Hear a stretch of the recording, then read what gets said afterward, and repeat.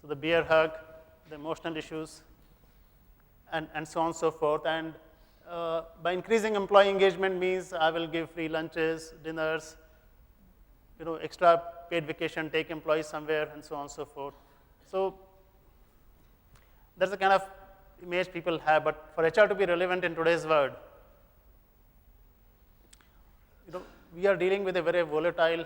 I think VUCA was covered. I won't describe what VUCA is in the previous session. So in this world, see, everybody else is measurable. Sales is measurable. People lose their jobs if they don't meet their quota.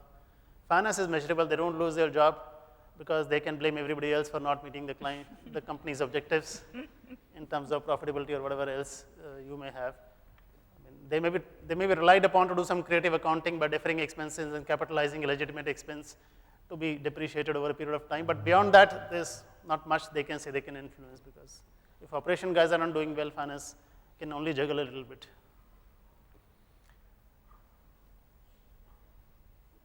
So it also will stay an art, because human emotions are complex. Measurability of human being is a lot more difficult than anything else. But also there's a bit of science needs to be coming into, because if you need to be taken seriously, because whatever you can't measure, you can't manage, or you can't attach a value to it easily. So on this rests a case for HR analytics. I'm not saying that you depend on this, because there's nothing better than a gut feel on occasions. But if the volumes grow, the companies grow, the gut feel alone is not sufficient. Large companies can't run with gut feel anymore. So if you want to manage something, you need to measure. And your most valuable asset is human being. Gone is the era when resource industries, coal, iron, oil, etc. were very valuable. Almost everything is knowledge-based today.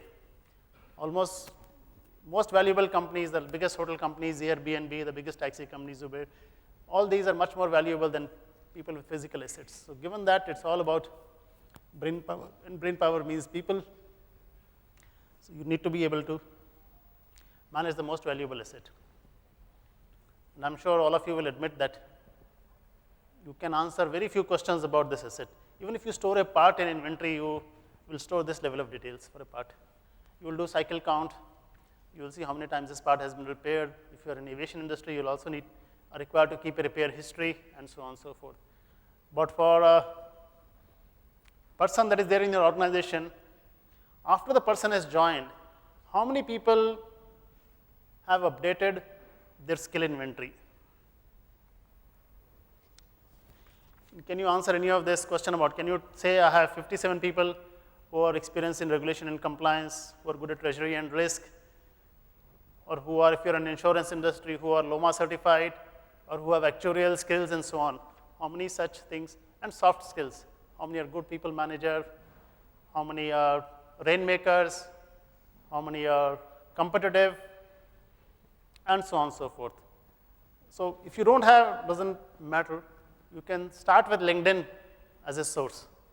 So you can build an inventory of your skills inventory in the company by possibly copying it from LinkedIn for any every employee that you have. It's an extremely difficult task to build something like this.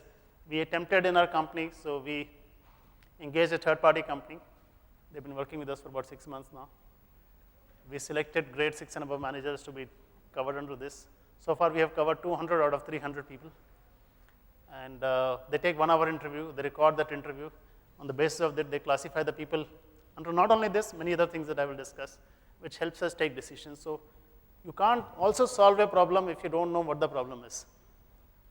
So when I was trying to bring a change in the company, a sense of urgency, make it start behaving like Silicon Valley, nothing was happening. I used to say something, nothing used to happen. So I suddenly started wondering, why nobody acts on it. Then I realized that maybe the other people don't feel like the way I feel about things and so on and so forth. So let me just see who are the people who are capable of change, willing to change, and who are the people who are happy wallowing in the mud that they have been wallowing for long. So we in our company designed a system which is available as a product also from our company. Is the skill inventory. It's not very visible slide, but on the top on the green are the attributes. So let's say if I am somebody with multi-country operations, I want somebody who's mobile, somebody is willing to shift to another country, somebody who's can work in Europe, has a European passport or Schengen work permits allowed and so on, can speak French, is competitive, and so on. So I just run this query. I want this, and out come these employees. If you see the pins on the right side, people who have used pin interests and so on will figure out, I pin the pins orange, the people whom I've selected out of 6 people who qualify for this criteria.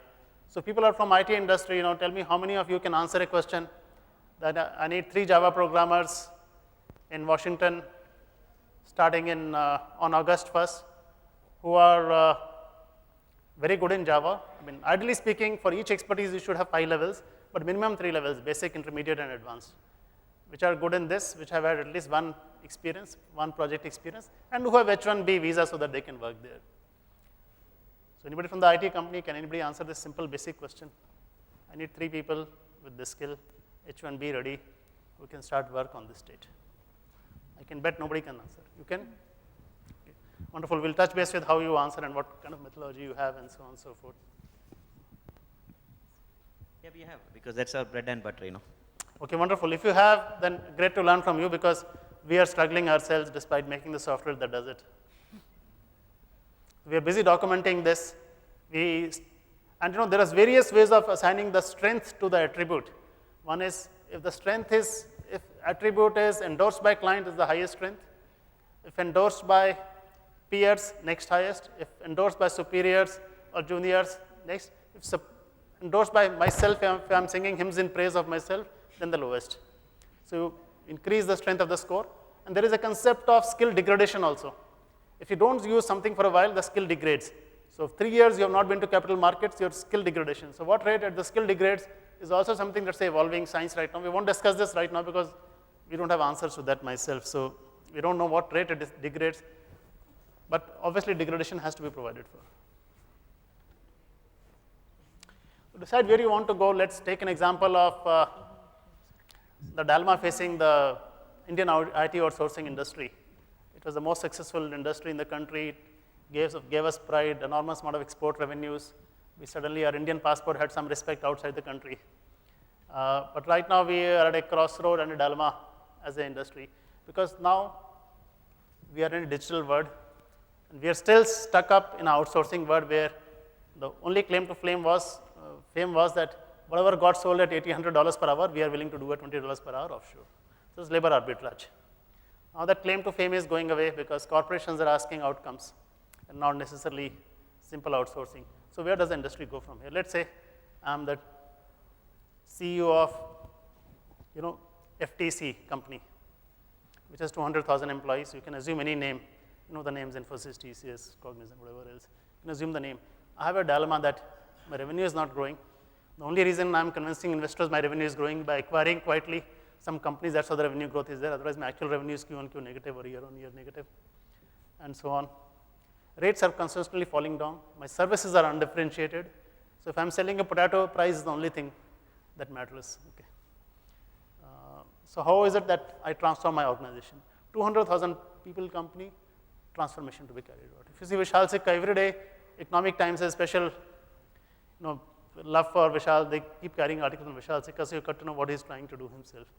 So now you determine, okay, I want to be a digital company. At least 15% of my revenue will come from digital in 2016. And for that to happen, how many employees will I need who can perform in the digital world?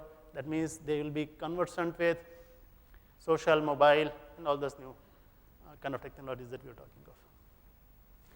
Then you decide that, and then you see the skill gap. And and you then, I just maybe jumped a little bit early on this. And then you decide on the skill gap and say, okay, I want to be heading there. Now comes the appraisal time. Okay. Your HR wants a bell curve. There is no better way than to stack employees. I mean, Jack Welch became famous. The earnings of G increased 20 times because of the stacking and removing the bottom 5%, 10%, and so on and so forth. So let's say your company is performing 15% below average. You are making losses. Then how is it that 20% of your people are star performers and the same bell curve applies? So, this bell curve has a meaning. If you want to wallow in your own mud, you're comparing to yourself is very good. If you're comparing to Indian competition, better. If you're comparing to global competition, even better. So once you start comparing to global competition, you say, okay, my ambition is to be like this companies. Now let me compare and see what percentage of my people should be. Maybe I have much lower percentage if I'm performing below average. I have much higher percentages if I'm performing above average. Otherwise, how can I reward myself if let's say I'm a loss-making airline. I make huge amount of losses while Indigo makes profit. But still, if I do a bell curve appraisal, great. 20% of people are doing well. Doesn't seem to be any logical step. The whole company is doing crap, actually. And maybe 0% are overperforming. You just figure out what you need to do. So this is, so in our company, the exercise that we carried out in our company was this, which is still ongoing exercise. When I was trying to figure out why things don't move. So this is true data. It's just that the name of the people don't appear. You get some numbers out there. Okay. So the LNG is an area where learn and grow, where people have sharp skills. They need to learn our business, and then they can grow.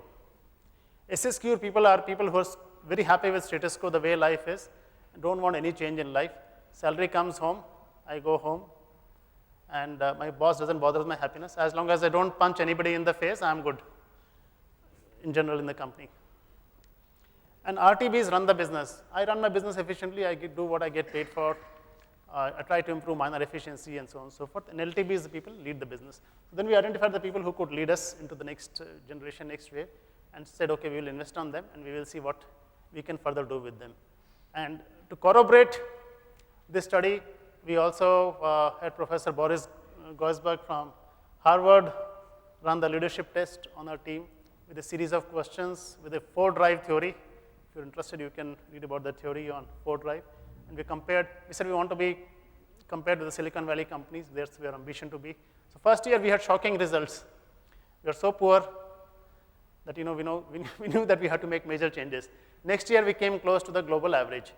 And hopefully, next year, we should be well in the top percentile of where we can be. But plotting this takes enormous amount of time. The huge questionnaire that we go through, our HR head is there, Raghvendra Tripathi.